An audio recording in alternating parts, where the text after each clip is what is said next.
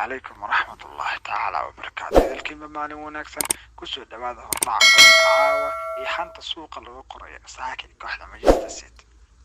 كعود دفاعنا ريال بريمير ليج يا حسين سنة لسه صحيحة أفراد تنجير كلير هذا كوحدة بوتموت النثن آك سي وقعابي حوجين تحلشوين كدافع عدحي كتب بيعتانكي في سانتا قامبني يداوي إمرق لابوت كوحدة مجلسة السيتي waliba kooxda Liverpool ayaa ka gudbiyay dalabyo weeraryahanka da'da yar ee kooxda Internazionale Di Bastiano Esposito oo 17 sano jir. Kooxda Bayern Munich ayaa rajo wanaagsan ka qabta inay la wareegi doonto Leroy Sané xagaagan foodo inuu soo haya iyadoo ka bixinaysa heshiiskiisa lacag ka badan 100 milyan. وفرحان له وصباحها يا شيغيا إن لاعب كرير فرنسا كوحدة مانشستر سيتي كعيار قلعة الدحيح الدافعة إنه سوق كمانية واللي بقادنا يا عالمي تضفضت جميع سنة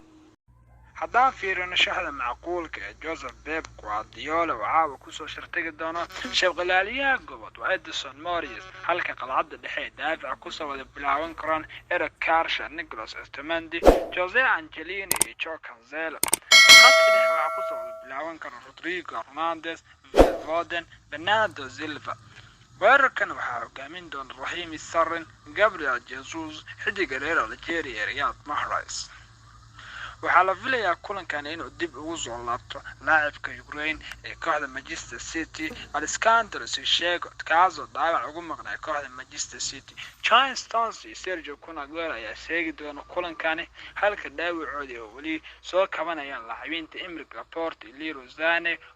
hordhaca kulanka caawa. kooxda Manchester City ayaa u martin doonto kooxda Diana Zagreb kulankii ugu dambeeyay gurubyada UEFA Champions League wuxuu kulankan soo dhici doonaa xilliga geeska Afrika 9:05 daqiiqo dhiman garoonkana waa Maximir Stadium.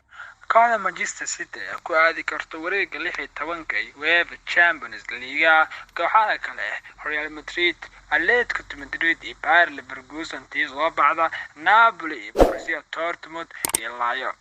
Naaguna kooxda jeclaaleed inay ku aadno wareegga 16 UEFA Champions League qaybka commentiga.